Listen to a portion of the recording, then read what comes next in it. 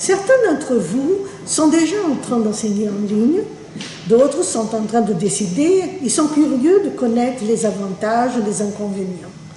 Mais de toute façon, vous avez compris que nous ne pouvons plus nous passer du progrès de la technologie en matière de pédagogie. C'était prodigieux au Moyen-Âge d'être au plus près de la fontaine du savoir, de corps et d'âme, mais c'est définitivement dépassé aujourd'hui. Nos étudiants font couramment usage de technologies très sophistiquées dans la manipulation du virtuel et nous ne pouvons plus prétendre que l'enseignement ex cathedra reste le nec plus ultra. En réalité, il y a plus d'un siècle que l'on sait que c'est dépassé. Charles Eliot, doyen de l'université d'Harvard, pendant 40 ans, pensait déjà que les cours magistraux sont souvent une dépense inutile d'efforts. Les professeurs pompent laborieusement dans des tamis. L'eau est bonne, mais elle s'en va. Le mental doit travailler pour se développer. C'est sans doute assez déstabilisant pour des enseignants universitaires d'avoir à l'admettre, mais les cours magistraux sont décidément obsolètes. À propos des cours en ligne, il faut tout d'abord distinguer deux cas de figure.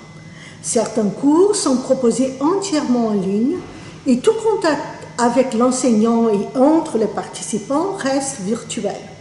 Plusieurs universités dans le monde n'ont même plus de salle de cours et l'enseignement se passe intégralement en ligne. C'est notamment les cas des MOOC dont nous parlerons plus loin.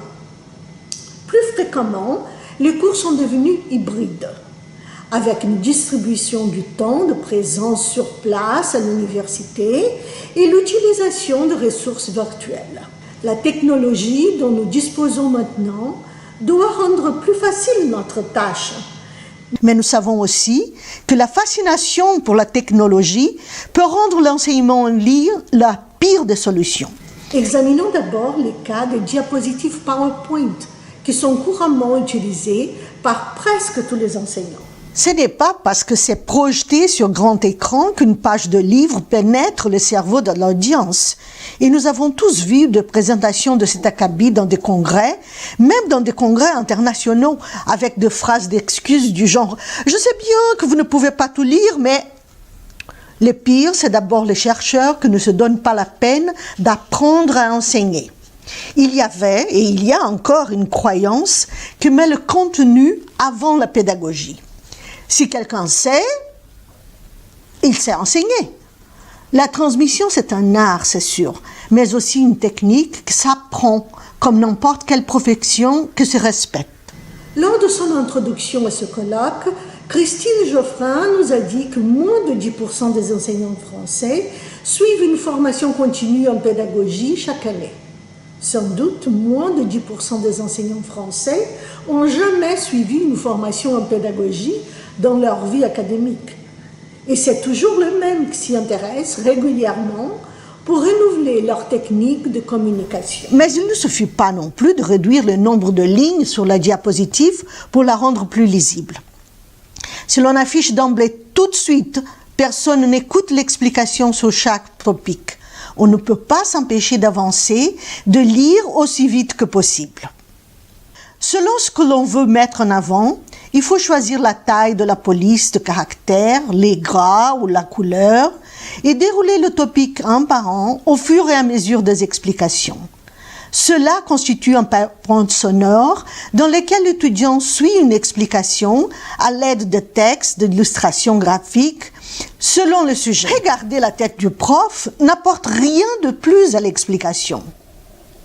Un PowerPoint sonore comme celui-ci, accompagné de la voix enregistrée, ce qui se déroule au rythme de la pensée, nous donne le temps de souligner par exemple que l'application pratique est privilégiée aussi bien par le temps qu'on y consacre que par la variété des situations abordées.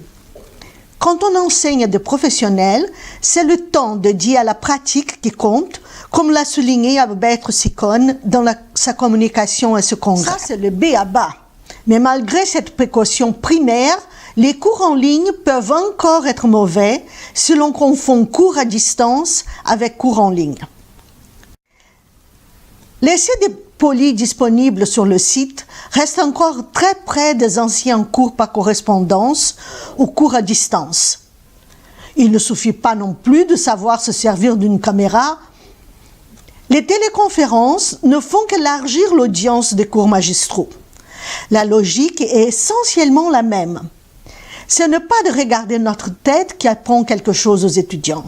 Cela peut même devenir irritant par la répétition de petites habitudes de langage qui ne passent pas inaperçues, surtout quand l'étudiant revoit la vidéo 2 ou 3 fois pour réviser son cours. Il faut aussi tenir compte du fait que le cerveau humain a une tendance à se distraire et que c'est très difficile de maintenir l'attention sur un discours pour plus de 20 minutes.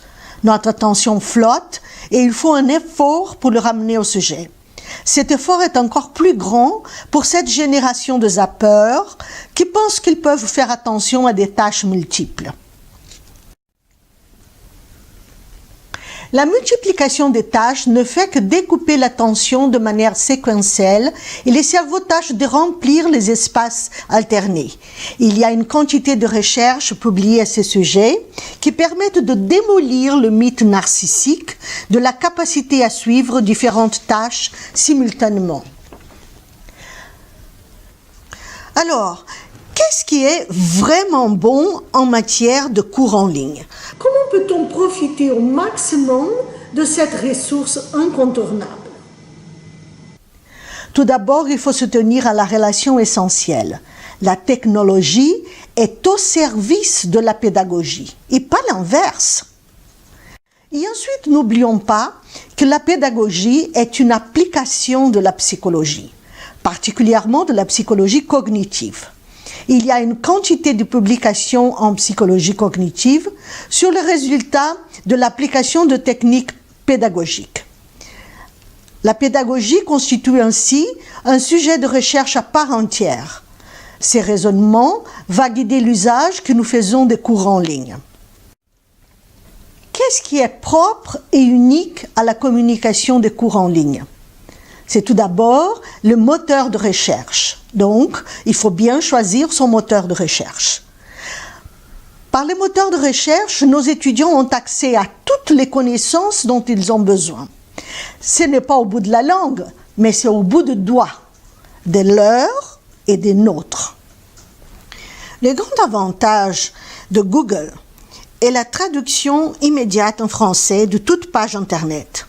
D'accord, la traduction n'est pas parfaite, ça ne remplace pas la maîtrise de l'anglais, mais ça permet d'avoir accès et d'examiner une quantité de sources que resteraient totalement inaccessibles autrement, y compris beaucoup d'articles scientifiques accessibles sur Google Scholar, sans parler de pratiquement tous les articles de la Wikipédia qui demandent quand même d'être soigneusement analysés de façon critique et nous y reviendrons. Mais attention, beaucoup de pages Internet sont désactivées après un certain temps. Avant de diriger vos étudiants sur une page, vérifiez bien que la page existe encore telle que vous l'avez trouvée utile pour vos étudiants. La fonction de traduction immédiate peut vous être très utile aussi si vous voulez utiliser les ressources pédagogiques de la Société pour l'enseignement de la psychologie, qui est une division de l'American Psychological Association. Cliquez sur l'onglet « Ressources » et vous aurez accès à des PowerPoint spécifiques à chaque spécialité, clinique, sociale, psychopathologie, etc.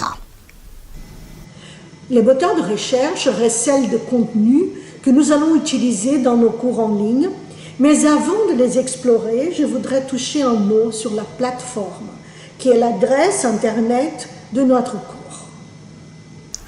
Il y a plusieurs plateformes pédagogiques qui sont des systèmes de gestion de l'apprentissage, gèrent le cours et les étudiants inscrits, surveillent leur progrès et leur performance dans toutes les activités proposées, y compris sur les forums des échanges. Les contenus continuent d'être gérés par l'enseignant qui en est le seul responsable. Moodle est sans aucun doute la plateforme la plus connue et utilisée dans le monde, avec 4 fois plus d'utilisateurs que Edmodo ou Blackboard par exemple. Néanmoins, la plateforme est choisie par l'université ou l'école pour laquelle nous travaillons. N'oubliez pas non plus qu'il faut une formation en ligne pour utiliser la plateforme, ce que la plupart d'entre elles offrent gratuitement. N'oubliez pas non plus que les plateformes sont mises à jour régulièrement. Donc, il faut autant que possible utiliser la dernière version en français qui sera forcément la plus performante. Comme nous, les étudiants ont accès à tous les contenus de la toile. Le savoir est maintenant à la portée de tous, mais il faut être motivé et organisé. Cela constitue l'essentiel de notre travail à présent. Motiver et organiser le travail des étudiants pour qu'ils choisissent le site fiable, apprennent à rejeter les sites véreux et apprennent à tricoter les informations. Leur besoin pressant aujourd'hui, ce n'est pas d'acquérir des contenus qui sont périmés plus ou moins vite, mais d'apprendre à trier les contenus. Ils peuvent trouver dans la seconde l'information qu'il faut, mais ils doivent apprendre à sélectionner les sources fiables. Notre rôle a changé radicalement. Il faut leur apprendre à continuer à se former le reste de leur vie, car l'accélération de recherche produit des connaissances nouvelles tous les jours. Il faut leur apprendre une démarche, un moyen de séparer les bons grés de l'ivraie.